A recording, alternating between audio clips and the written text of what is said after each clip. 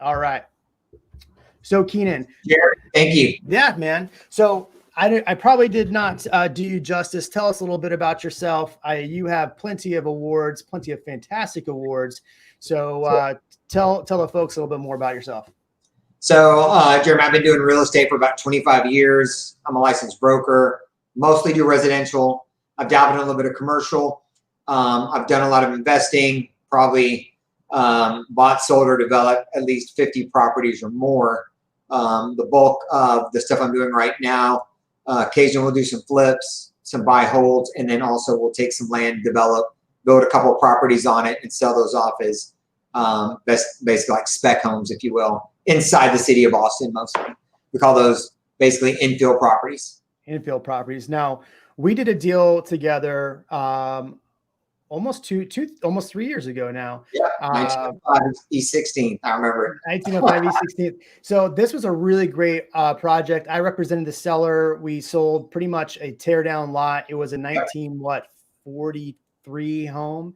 I remember I never even walked in it. Well, we met at the property a couple times, but basically you tore this thing down and rebuilt. And what did you end up doing with that project? I built 2 properties, a main house, and then in the back I built a guest house. We created a condo regime using a title company and attorney, and then we sold each property separately. So that way I could sell them independently to 2 different owners. The good news is with that, if you can do 2 properties, you can do higher density, make it more affordable. So it helps people, basically achieve that goal of being able to buy something closer into the city, whether that's the main house or the back house. So that definitely helps a lot. Cool. Christina Smallhorn says, yo, Mr. Knight. Christina is a huge YouTuber and fantastic agent in the kind of like Baton Rouge area. Very cool. Yeah, so she's awesome. So welcome to the channel, Christina. Okay, so this is actually a really cool question. I have a list of questions I really want to get to, but I thought this was a great question to ask. What is the best time to visit Austin and see if it's a good fit for a family of 2 young kids? Should we buy or rent initially? I have opinions on this. Kinan, I want to hear your opinion on that. It really depends. If you kind of already know the lay of the land, I typically say you've kind of honed in well, done some research before you've come down. If you got a good agent that's really kind of gotten you dialed in, and then you spent a few days looking at those different areas and everything still kind of checks the boxes, it's good to just go ahead and pull the trigger and move.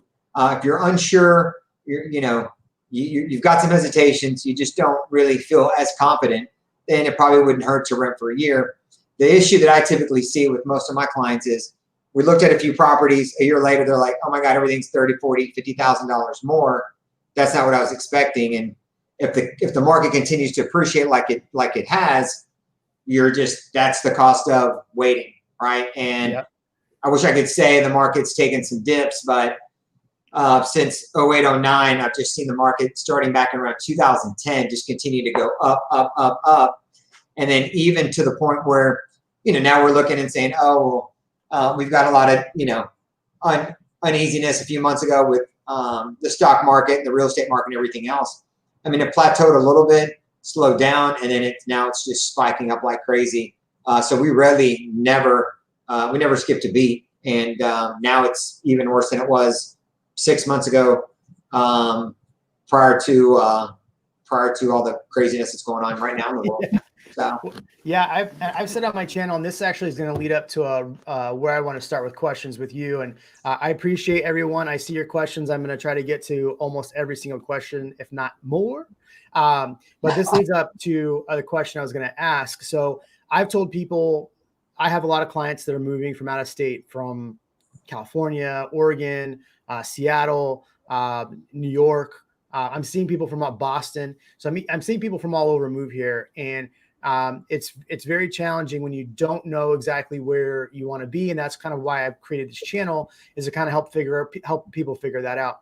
So my answer to this is start with a 1 month Airbnb, put your stuff in a pod, hang on to it, get out here. And if you haven't, and do that time of driving around, and maybe do a 2 month short-term rental or 2 month Airbnb, because the reality is, and this is going to lead to our question here, is that I thought the market was going to start dipping in November. We haven't had the election yet. We are not in November yet, but the last 2 months, I was anticipating the gains to only be like 6-7%, and they're still 13% in the Austin market. So this is the first question I want to ask you. What are you seeing in the market? And then I want to see what your predictions are going into 2021. It's kind of like I mentioned before, what I'm seeing in the market now, just from a buyer's perspective, right? What my buyers are dealing with, and that also includes investors as well. We're still seeing multiple offers, especially in the lower price points. Lower price points being stuff, and again, it depends on the area, but lower price points, under 5, under 6, in central Austin, or even anything like on the outskirts, between 300,000 and 400,000. Stuff's moving. If it's priced right, if it looks good, it hits the market, it gets multiple offers. Most agents now are putting them on the market Wednesday, Thursday. They write it out through the weekend, look at 10 to 15 offers, and then they obviously accept highest and best. What happens to you, the consumer? You're competing now with people that are coming in. Maybe they've already lost 2 or 3 homes, and they're coming in higher at 25,000 over, 30,000 over.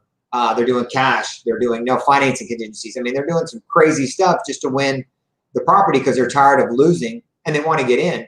And 2 months go by where they lose a couple properties, and all of a sudden a new one comes on. It's not as nice, and it's 30 grand more, and they're just like, man, if I could have just gotten that home 2 months ago, I'd be in a way better position now, and I wouldn't be sitting here, worrying about it. And same thing goes for investors, right? They're competing with the end user that's just trying to find a home.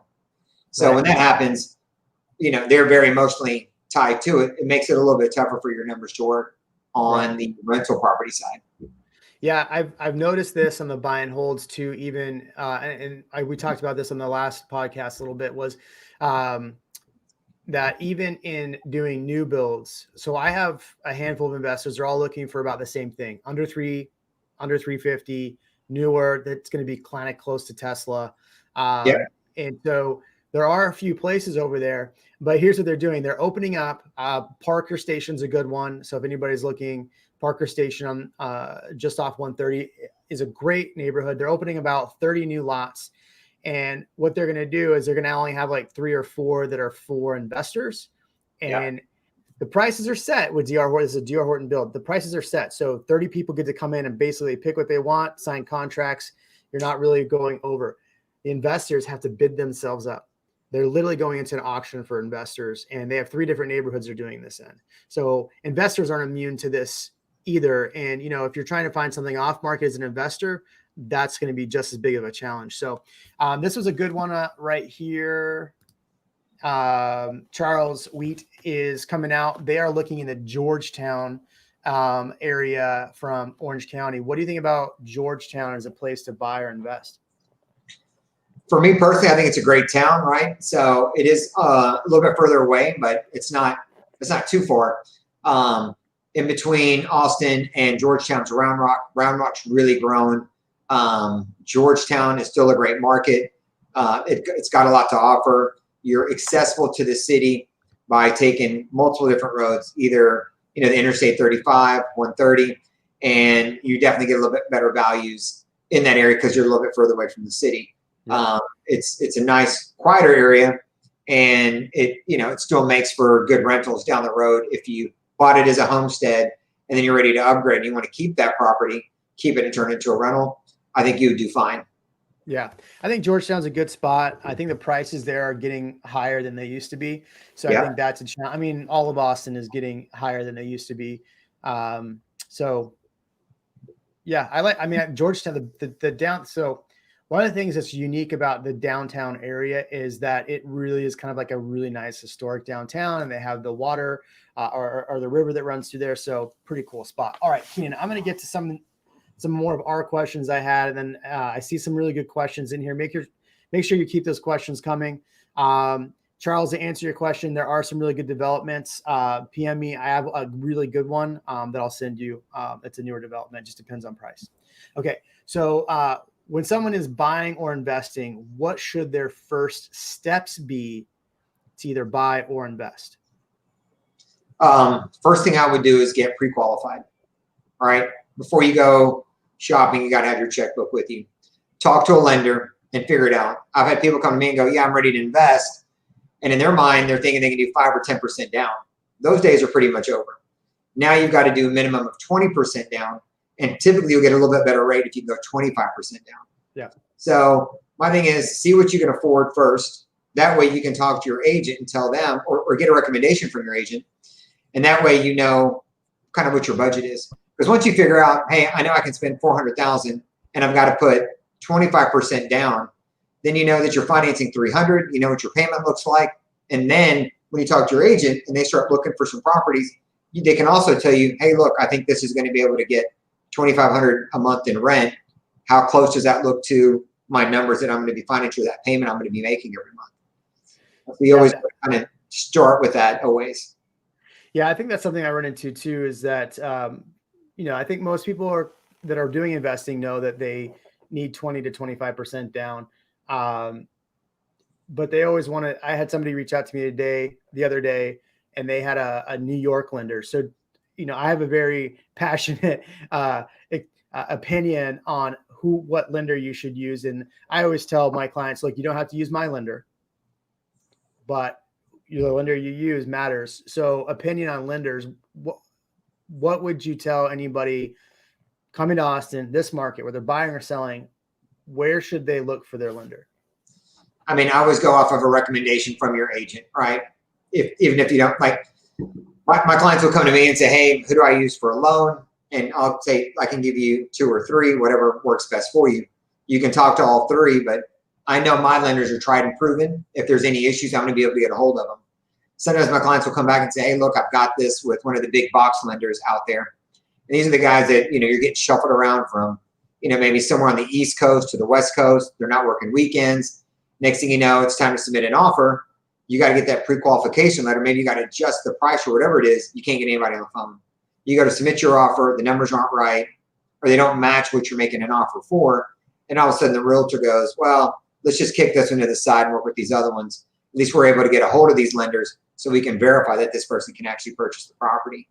And so that makes it easier on you and your agent if you can go a little bit local and somebody that's recommended where they know, hey, look, Jeremy referred me this guy, so I better get on the horn or Jeremy's not going to send me any more business. And you've got them kind of in your corner. Yeah, and some people are always hesitant to use the lender that you give them or refer to them.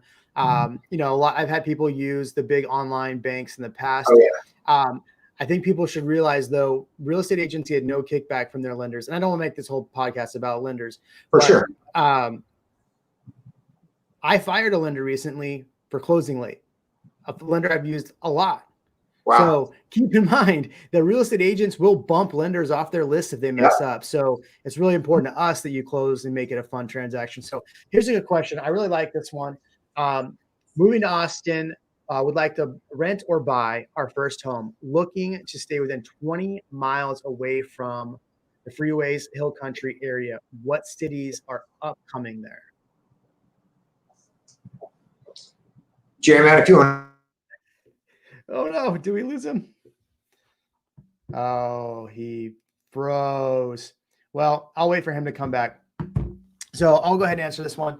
I think that you froze for a second there, Kinan. Okay, sorry. So start over because you froze. Let's go. So anyway, basically 20 miles away from freeways is going to be pretty tough. I mean, I think one of the bigger areas that I like personally is the Lakeway area, which is out by Lake Travis. That's going to get you probably 20 minutes away from our major roads.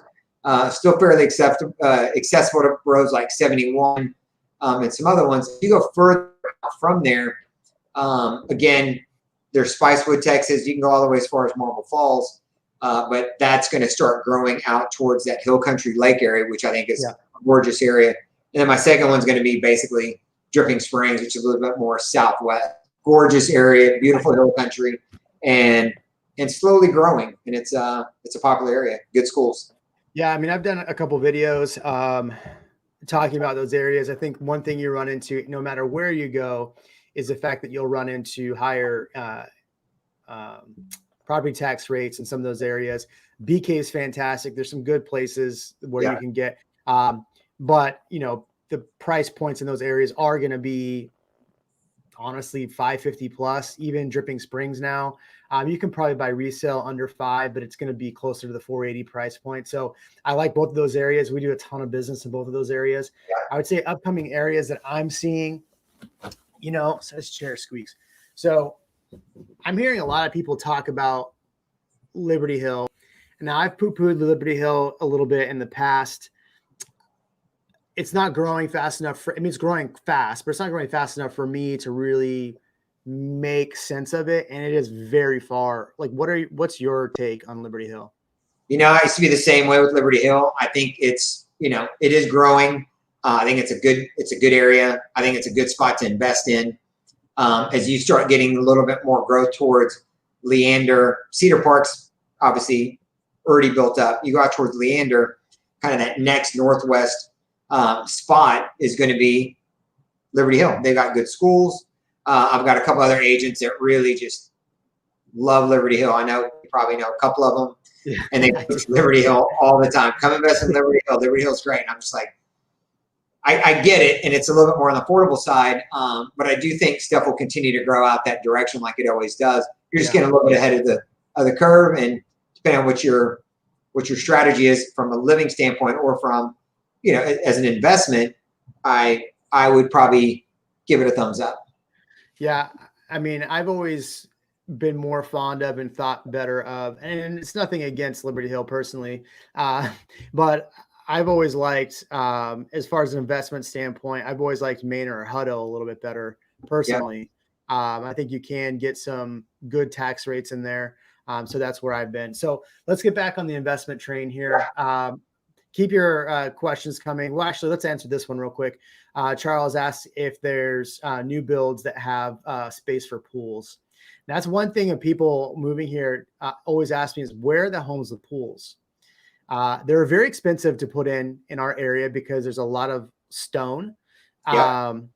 And I mean, I'm in the process of building a pool and they take forever. So I understand why people wouldn't want to build them. And most HOAs have pools.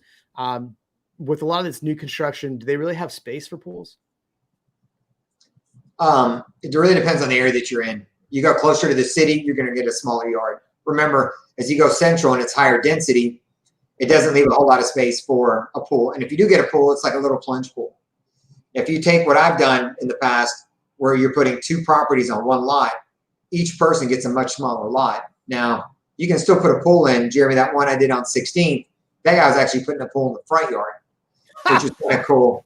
Yeah, you can actually build it into that 25-foot setback. So he's going to do a nice big fence around it, do a pool, and it was actually going to look really good. I don't know if he ended up doing it or not. But, you could do it in some of those smaller areas. But if you go further out, the further out you go, the bigger backyard you're going to get, and it's going to be a little bit more affordable. And that's what's going to kind of give you the ability to build that pool. Going back to that other question about homes with pools, right now, I don't know if you ran searches, Jeremy, but they're far and in between. Yeah. With everything going on, people want the pool already in their backyard, and those things are getting snatched up really quick. Real quick. All right. So that's actually a good question. Is a pool a good investment? What's that? Is a pool a good investment? Typically the first person to put a pool in takes the biggest hit. Okay. It's kind of like buying the brand new boat, the brand new motorcycle, the brand new RV. The first person to buy it takes the hit. So if you can buy it used, which means it's already in the house that you purchased, you can usually get a little bit better deal.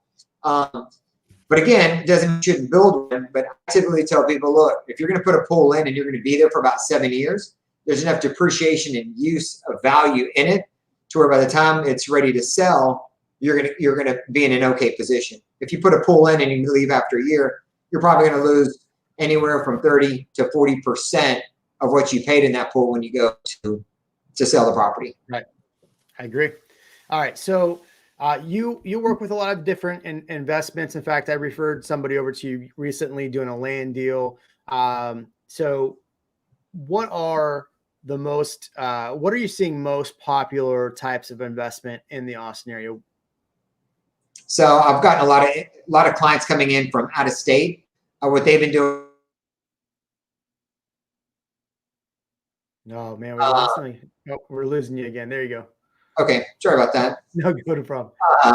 So I've got some clients coming in from out of state. They're buying stuff. They're buying a lot of stuff sight unseen. Right? If the numbers work, it doesn't really matter.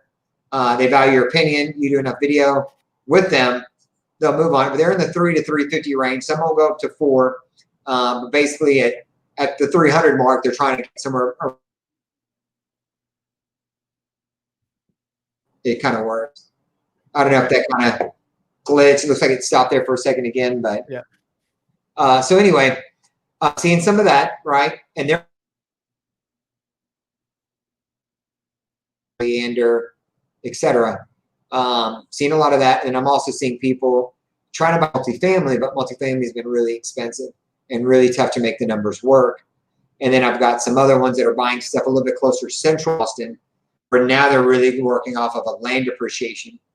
So they may buy something in the 500,000 to 600,000 range, and on something like that, they're putting 30 to 35% down just to break even, because they know that that property is going to shoot up in value, maybe 10 to 15% per year versus maybe 6 to 7% in some of these outskirts. Those older properties have a little bit more headaches because they're older. I think you brought up a good point. I have a lot of people reach out wanting to buy 2 to 4plex. Yeah. There's no value in it. I mean, there's value in the depreciation, but I don't feel like the value is there. You're going to have to really put, like you said, 30 to 40% down to even like make it make sense. Whereas, if you're buying a single family home and you're putting, 25% down, you can make those numbers work a lot easier than buying a 4plex right now. Because 4plexes, I've seen 4plexes that are in the millions and they're not really that nice of condition. Yeah, honestly, I'm the same way, right? If you're going to spend $1 million on a 4plex, why don't you spend 1.2 and buy 4 houses? I'm 100% with you there. You're in a way better position, and then you can offset. So to sell the 4plex, you got to sell off 4 units. To sell the 4 houses, the 2 that are giving you the biggest headaches, you sell those off, keep the other 2. Yep. You got that ability to do that as well, and you can put them in different areas. You can throw one up in Liberty Hill, one in Pflugerville, one in Round Rock, and maybe throw one up in Georgetown. And now you've kind of spread your bet on the table. Here's a good one. Sakshi. Man, I either can't read today or my brain's not working right. Which areas is the best to buy a home in Austin? I got to say this is kind of up for interpretation, and it's up to. I always tell clients it's really 3 things: how close you want to be to downtown, what your price point is, and how close or far away you want to be from work. Right? Those are the 3 things. And price point is going to be, and fourth, what school districts you want to be in. Yeah. I'll give you my top 3, and if I cross your top 3, maybe you throw in a couple others. My favorite areas right now are in the Zilker Park area. Granted, like Zilker, Barton Hills, that 78704. If you bought something in there, up to $2 million, I think you can get something really great in there. Again, that's a much higher price point. The Allendale, Rosedale area, if you're like the Grove, I know you've done some deals in there. If you can get, you can get some really nice places in the 600-700 range, all the way up to $1 million, and then they're building some spots in the back up to 2.1, 3, whatever. And then Westlake Hills is great, but I think, for the bang for the buck, I think Circle C is one of the best for the, prices and schools. What do you got? So for me, I always kind of like to define that. It's hard, right? Best places to buy in Austin, I think all of them are the best. It really depends on what your situation is. So typically somebody comes in and they're like, hey, I need to be between 4 and 5, 600,000. I want good schools. I like going west, which is Dripping Springs, Lakeway area. One of those 2, I think you're going to get some pretty good schools. And then you've got a nice kind of hill country close to the lakes. If you're wanting to be central, unfortunately, central closer to downtown, you don't care about the schools, but you want more of the nightlife. You want to have fun, activities, etc. You're going to pay for it. Either you're going to get something older, maybe in the 600s, 700s, or we can go to the east side where there's a lot of stuff popping up, a lot of old homes getting torn down, some old homes that you can purchase that have been redone. That's another great area, close to all the action. And then the one that you mentioned, south of the river, which is Zucker, Barton Hills. You've got a strong walkability, but if you want to get into something nice, you're gonna have to buck up and pay. And like Jeremy mentioned, $2 million. in that area, we'll get you something nice.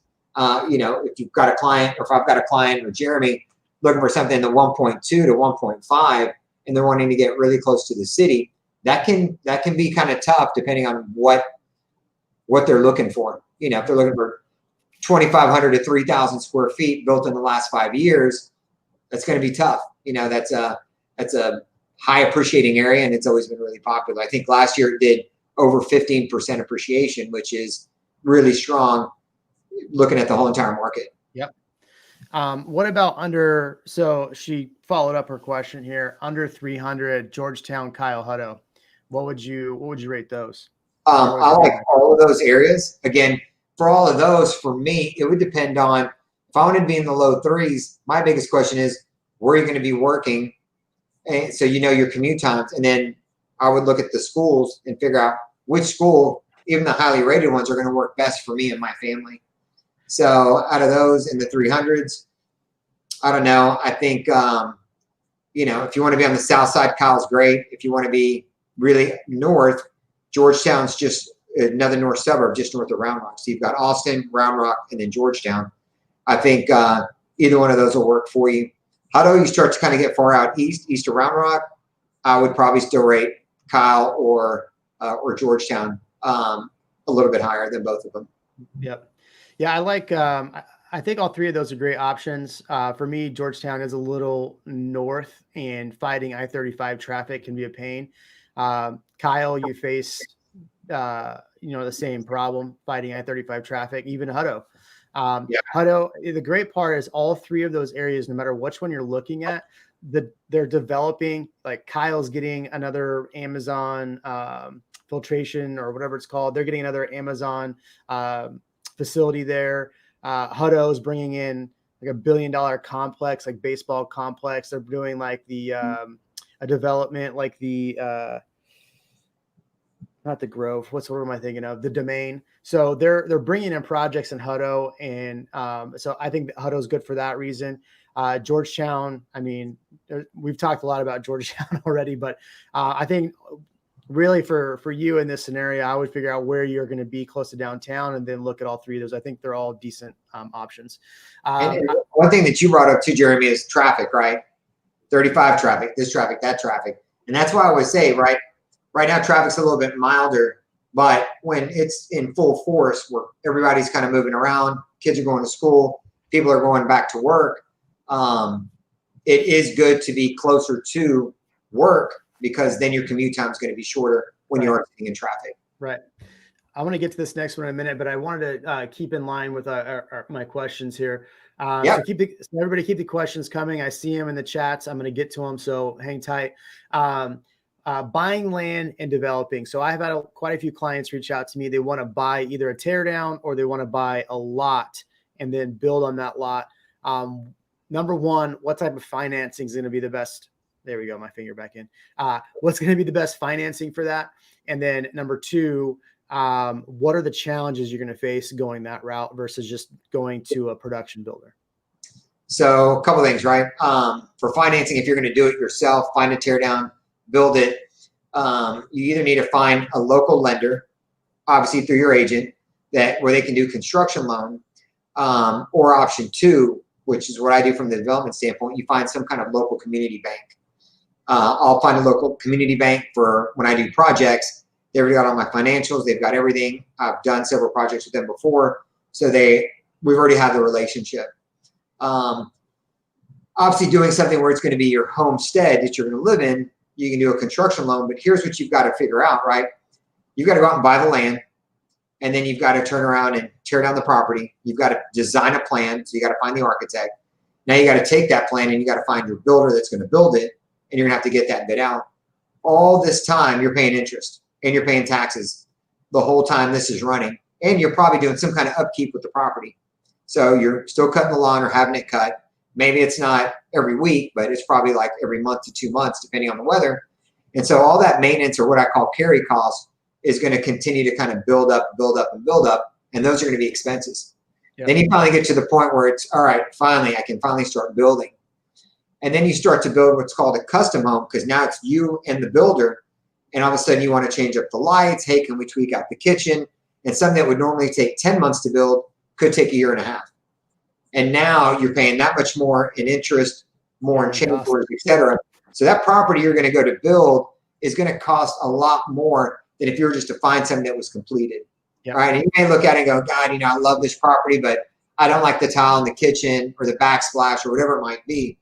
Trust me when I say it's going to be a lot less expensive if you buy that house and then go through and customize it a little bit yourself. Change out the backsplash, some lights, et cetera, and then just hang on to that house. Yeah, I mean, our first house we purchased in Austin, I mean, we paid 2013 prices, but we bought a 2005 untouched home, right? And so we did the same thing. We went through, spent, I want to say like 25,000 total. The money we made off selling that house after holding it for 4 years was better than anything we made buying or selling in California. So, wow. Yeah. All right. So let's get to one more of these questions. Moving to Austin 2021, looking to buy a first home in North Austin suburbs, considering Round Rock, Cedar Park, Pflugerville, looking for a home between 3 and 350. Which areas are better long-term value? That's a good one. Yeah. I like that one. My crystal ball. Yeah. Figure out the future. Yeah. I would say from a development standpoint, all three of those areas are continuing to develop. That's a tough one. I personally don't think you can go wrong in either one. I think Cedar, as far as a school standpoint, depending on where you live in Round Rock, that might be a better option. Cedar Park has great schools too. Pflugerville has good schools. I think there's just a certain section that maybe not as strong as some of the others. I think in Pflugerville, you got to get pretty close to 130 and 45. Yep. And those schools that feed into there are going to be really good. I do think you'll get in the 3 to 350 range. You're going to get more bang for your buck in Pflugerville. Yep. I think you'll do okay in Round Rock. I think you're going to get Cedar Park's pretty expensive. So 3 to 350, I think is going to get you a whole lot. You can always run your personal searches online. There's different places to run them. But you're going to notice at the 3 to 350 range, you're going to get more bang for your buck in the other two markets. Yeah. And I think I'll probably appreciate pretty equally overall. Yeah. I think my favorite area, and I've actually in the last 2 months, I've sold more homes in this area than I have in probably 4 years, but that's like the Brushy Creek area. Oh yeah. That area's on fire. There's a lot of homes between that kind of 3 to 6 range. And so we've actually helped a lot of people in that. And I love driving through there. It's a good area. Here's a really good one. I want to keep going on our investing questions, but these questions are fun to answer as well. So our wife and I are looking Circle C from LA, California, not Louisiana. Originally planned to move January 2021, but everything there sells in a week. Very true. I actually had a client that closes Thursday. I live in Gray Rock, which is a part of Circle C. We actually bought a home before it hit the market. I heard somebody had a listing. We got my client in there under contract. I just listed another one that had 4 offers in Circle C before it even hit the market. So if you're going to buy in Circle C, make sure you know somebody who knows the off market, because that's where you're going to get in the best. One in my neighborhood listed without listing with me.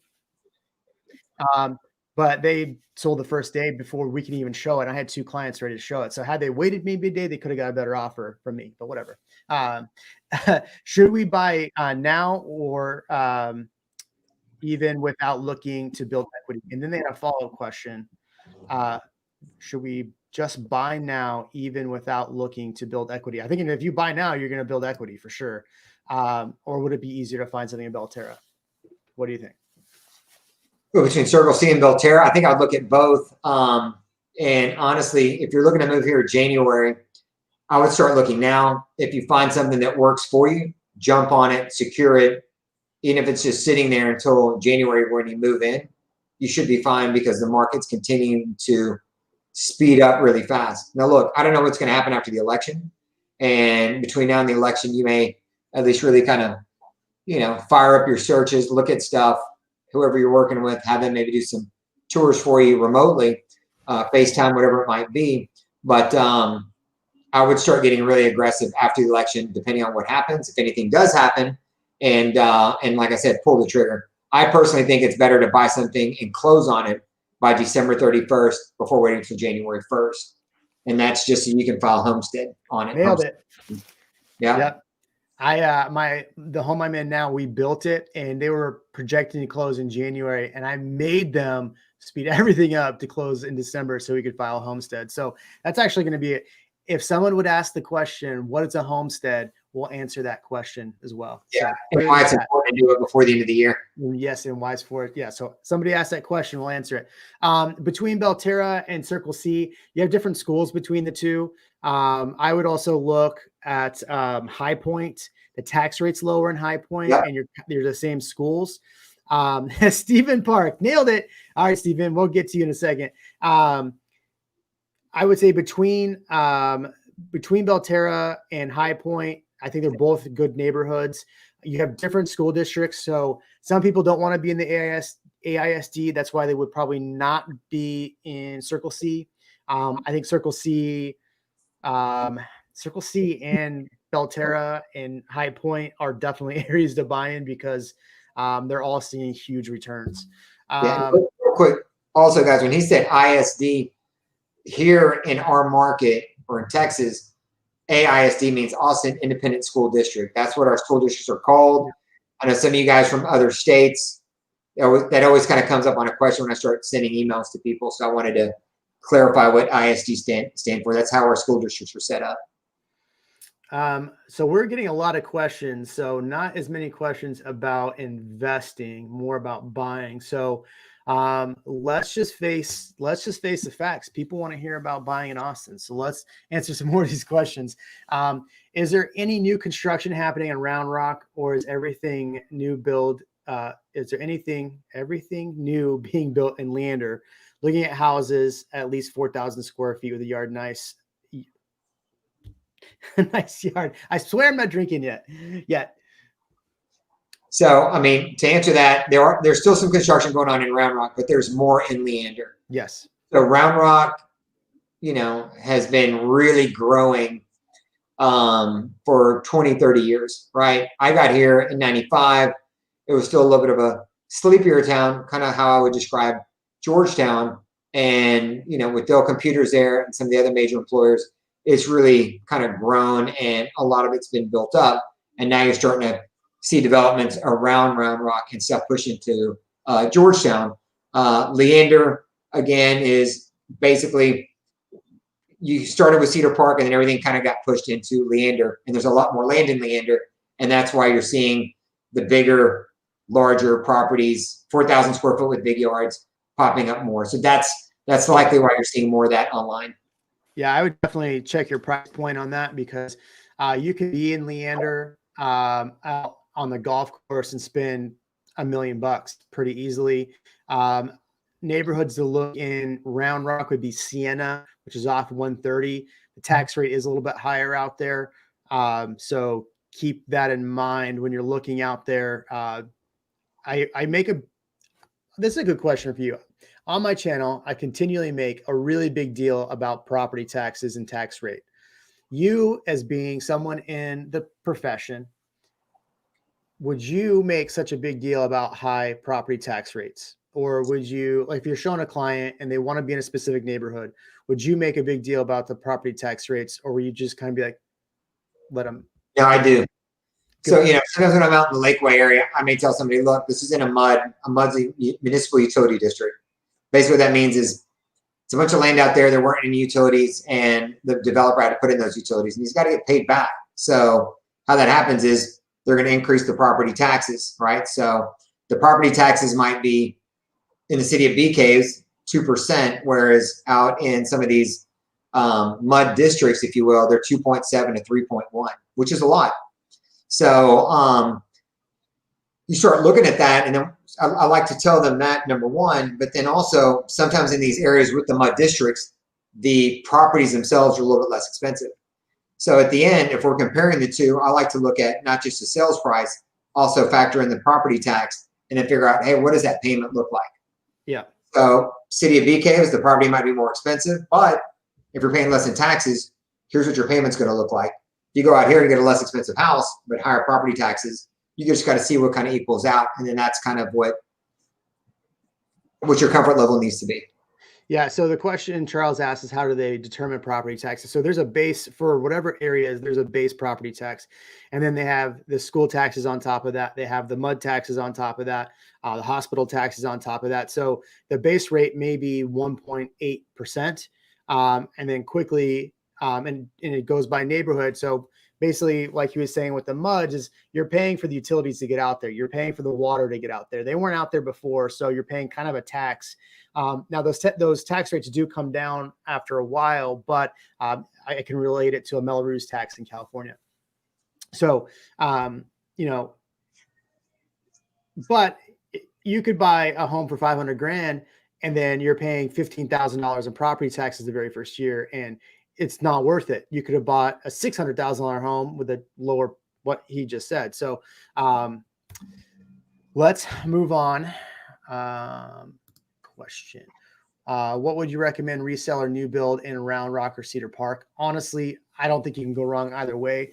I would say for me, resale, you might get a little bit, an older home that you can rehab and put your own touches on.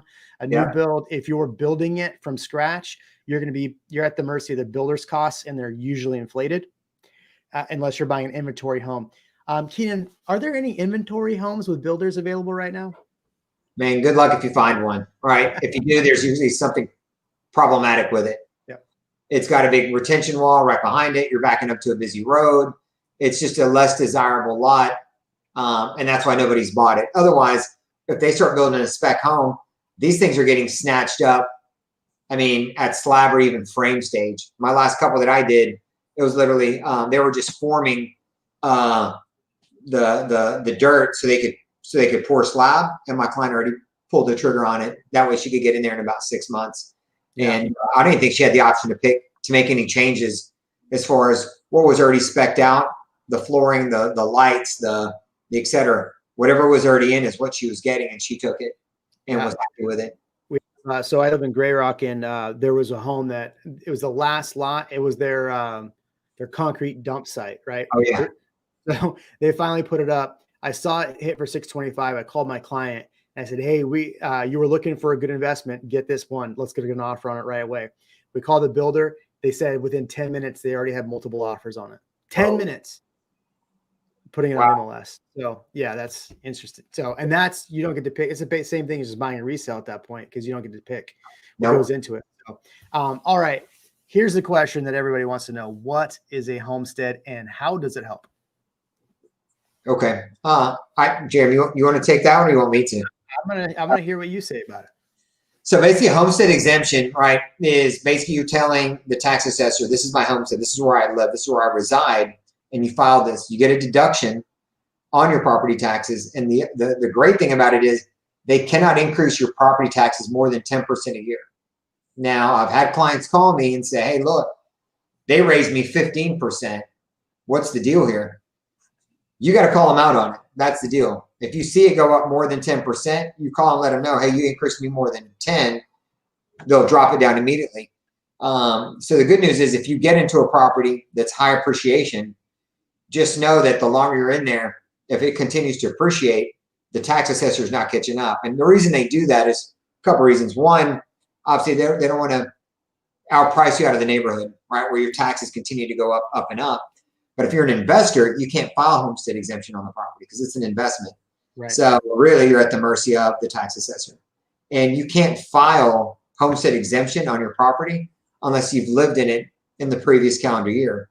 So if you buy a property and close on it December 31st of this year, you can file a homestead exemption on it for 2021. If you close January 1st or after, you can't file that until 2022. So that's a whole year that tax man has to kind of readjust and figure out what your property's worth, and then go ahead and put your taxes at a much higher price. Yeah, and that's one thing I usually see with the property taxes is, especially somebody buys a brand new home, the tax rate is set, but the actual taxes on that property are not set. So if you're buying a resale home, the taxes are already set, right? So they've had years of either somebody protesting those taxes. So I think it's what in June you get a parcel.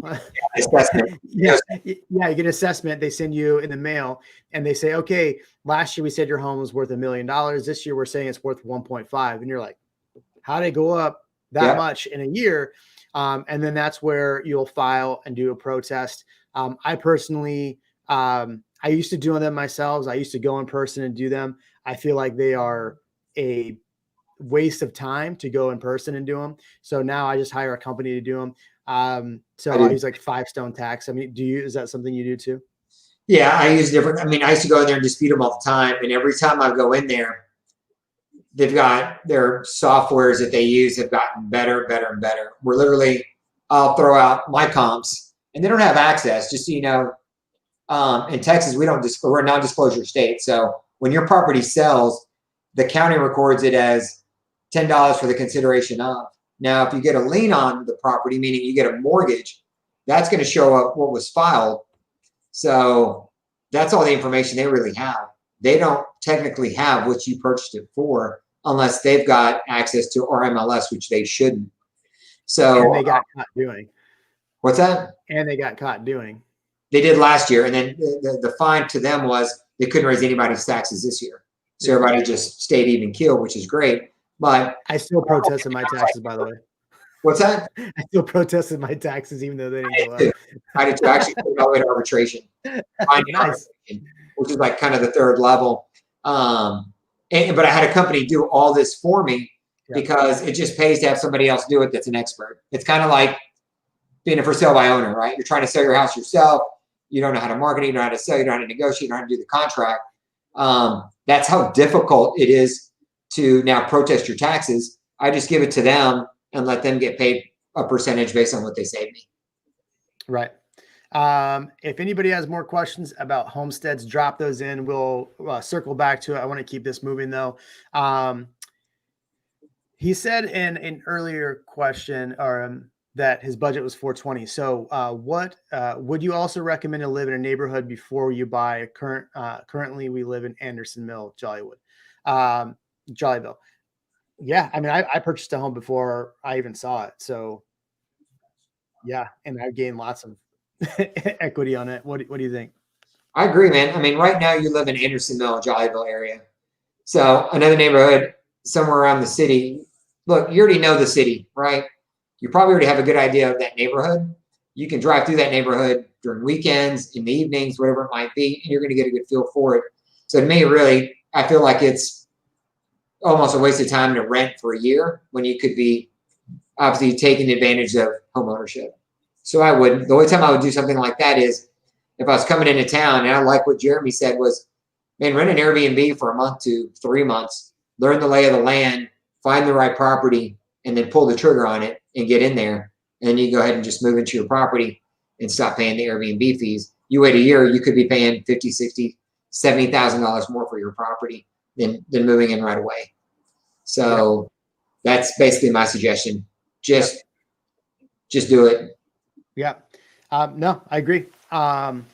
Which zip codes has the lowest property tax rate ever? Ever? Man, that's a tough one. I see some in Westlake area. I've seen stuff not in Austin. Yeah, I see some stuff at 1.8, right, which is under 2%. If you can get anything under 2% or right at 2%, you're in the money. Now, the issue with Westlake is you can't get in there for under $1 million, right? Sometimes even $2 million. So if you're inside of some of the good parts of 78746, you could get 1.8, but that's 1.8% on 2 million, 2.5 million. Yeah. So it's still $90,000 a year. It's still a lot of money. I would say the lowest I've seen, I did a video on this. So if you go over my channel, I've done a video on the lowest tax rates. The lowest are going to be in South Austin. Majority of them are in South Austin. So they call it Manchac, but the Menchaca area right off 1626 in Menchaca, that area is 1.8. Bear Creek, which is south over in that direction, Shady Hollow is also quite low. Southwest usually is going to be 2.14. South is usually 2.14. If you go up north to the Chimney Hill area, Preston Village is 1.97. So those are going to be the lowest. You go to the east side. I don't know if you knew this, but Austin Colony, which is probably blowing up like crazy because of Tesla, is like 1.98, something like that. It's under 2. Yeah. Yeah. Yeah. I tell most people, if we can get you anywhere close to 2 or under, that's about it. That's about the best you can do, at least in our surrounding areas. Yeah. I'm going to jump back. We're slowing down on questions here, so I'm going to jump back to an investor question. But if you want to reach out to Kinan and I will do a playback on this, and I will throw Kinan's contact. I've actually had Kinan on past videos on what was it? Either buying or selling this time of year. So Kinan's contacts in there. If you want to reach out to me, on my banner has my email. That would probably be the best way to reach out to me. Or you can reach out to Kinan, his contacts in there as well. Look at that. Real estate agent on his own channel supporting other real estate agents. Can you believe that, Kinan?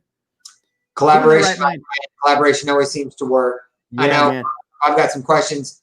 I call Jeremy and vice versa. And it's true. There's a lot of agents out there that do collaborate. There's some that don't. Obviously the good ones do, and that's how you get more information from your coworkers. So exactly. Plus we're both been part of the Platinum Top 50. He's a Centurion, so he's pretty popular for that reason as well. I'm a big fan of Kinan, so that's why when I'm on the show. From an investment standpoint, how do you manage properties when you're looking from out of Austin? What are the challenges? I always recommend having a property manager. It's going to be 8% to 10%. Yeah. Try to get 8%.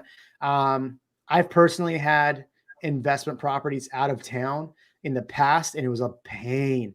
My Austin properties, I manage myself. I'll let you answer how you manage yours, because I know you have investment properties as well. I have an Airbnb in South Padre. I was managing that and quickly stopped. So what do you think? For sure. Any kind of short-term rental, you want to have some kind of management, because the turnover so often, it's every 2 to 3 days. You got a new person coming in, there's maid service, there's all kinds of other stuff. So my recommendation, it really depends on your time and your money, right? If you're busy at work, stick to your day job and let a property manager manage it for you. Typically what I'll do is, if we're buying some of the stuff in the outskirts, right? And let's say you buy a new construction property, something built within the last 5 years or brand new. Well, something like that is probably not going to have too many maintenance issues. If it's brand new, you've got a 1-year warranty from the builder and a 10-year warranty on the structure. So in a situation like that, there's a great website called cozy.co, COZZY.co, not .com. And basically what this company will do is, it's like a property management website. So you can actually do all the property management through this website. The tenant's got a portal. They can take pictures. They can send them across. They can pay their rent online and all kinds of stuff. Now, what Cozy does is they don't charge you anything. It's free. But what they want to do is they want to hold that money for a few days, I think 3 days. And then after that, they release it to you. So I guess they're earning interest on it, whatever it is. You do that enough times, or for enough people or enough volume, it can pay for the website for them. And it's obviously profitable. So, one of the things I've told my clients is, look, on your first 2 or 3, if it's not going to be an older property where there's going to be a lot of problems or maintenance or whatever it might be, you may try Cozy. Once you get to about your 3rd, that's when the wheels start to kind of come off, at least if you've got a full-time job and you're out of state. So by that point, you're probably already making a decent amount of cash flow. And then you can probably go to a property management company and go, look, I want to try to negotiate 7%, but I'm going to give you all 3 of these properties, right? And you've got some volume you can give them. These properties are at this point only 6, 7, 8 years old. They're in good working condition. I don't have a lot of issues. And you just kind of pass it on down to them and let them deal with it. And then you focus on continuing to build your empire. Yeah, no, I agree. I use Cozy.co, thanks to Kinan as well, Cozy.co. It's been phenomenal for our rental properties. So, Gilberto asked if we are going to put this up later. Yes, I will download this and have this back up. It'll probably be up today. So you can watch it later. Thank you, Kinan, for doing this. Yeah. Appreciate that.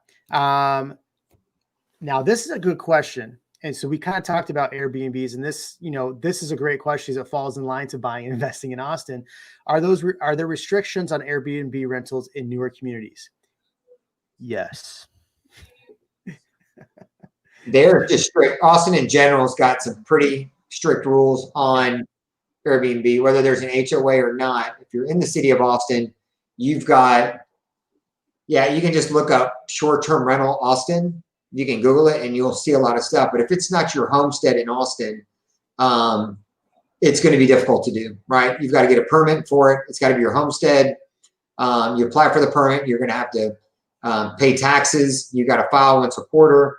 That's just the way the city's set up. You're basically paying hotel tax for the income that you generate. Yeah. And hotel tax.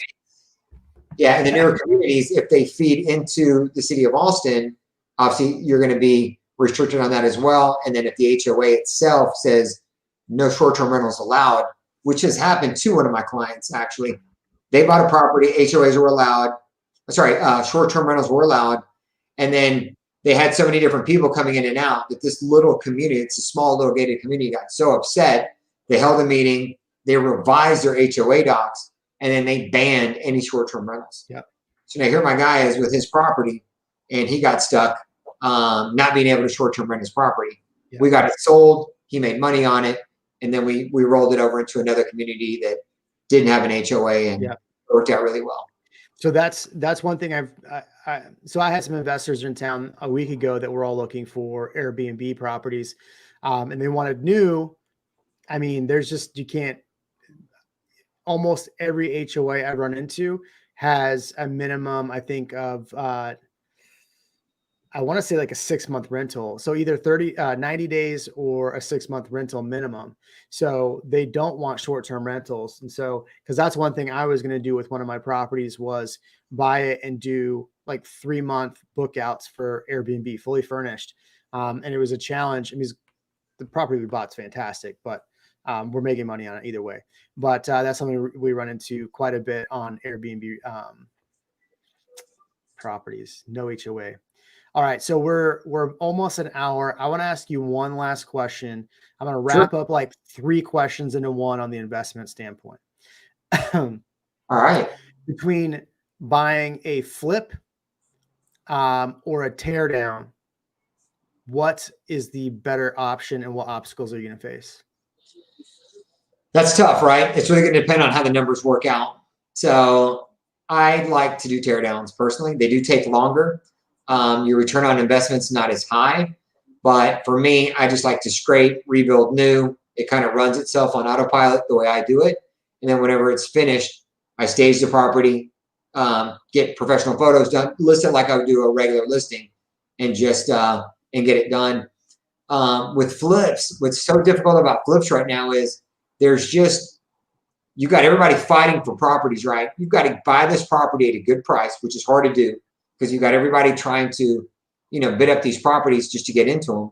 Then you've got to invest money into the property to fix it up and then turn around and sell it and pay closing costs and try to be profitable. So it's really hard to do right now. Heck, finding tear down lots is really hard to do. So, I guess my answer is you run your numbers and you see which one works out best, and you do the one that makes you the money. It's just difficult right now. Right. This is a good question. In fact, my last question was going to be what issues are buy and hold investors facing right now? But this is also probably a better question. Multifamily home versus single family home. We kind of answered this already, but I think it'd be good to kind of wrap up on.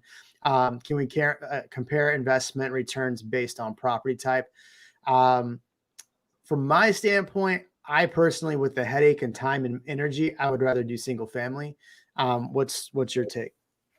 I agree. We talked about this earlier. So one, anything that's multifamily that is online or on MLS or that's currently listed, to me seems overpriced, or the numbers are difficult to make the numbers work. If you get into much bigger multifamily, like 16 units, 20 units, 30 units, which these things are almost out of reach for typical investors, you might be able to make the numbers work as you go higher number of units. But if you're looking for a duplex, a triplex, or a fourplex, what I call 1 to 4 family, typically what I've noticed is the numbers don't make sense. What we mentioned earlier is, you find a duplex for 600, 650, you're probably better off buying 2 houses at 300, 325. Hold on. Say that again. When you're buying a duplex, you're paying how much? Well, 6 or 650, if you can even find one at that price. That's okay. That's something I've had to really. I've had investors that come out and they want to buy a duplex for 450. There's nothing. Yeah. 4 years ago, you could do that. If you're going to find something for 450, your rents are probably going to be 800 aside, which is 1,600. So you're better off just buying, a $350,000 house somewhere out for $2,000 a month. Exactly. Yeah. Do you go by that dollar square foot for 2,000 mark generally? Yeah. Here's the other thing, is you got to think about your exit strategy, right? Yes. One, duplexes, the fourplexes get beat up a lot, but whenever it's time to exit, you've got a single family or you got multiple single families all over town. You can sell those off pretty easy because there's always a pool of buyers that are trying to buy property. Yep. In fact, you can always try to sell that property to your tenant or one of your tenants. Exactly. Even if this house doesn't work, we're looking at buying. Well, what are you looking for?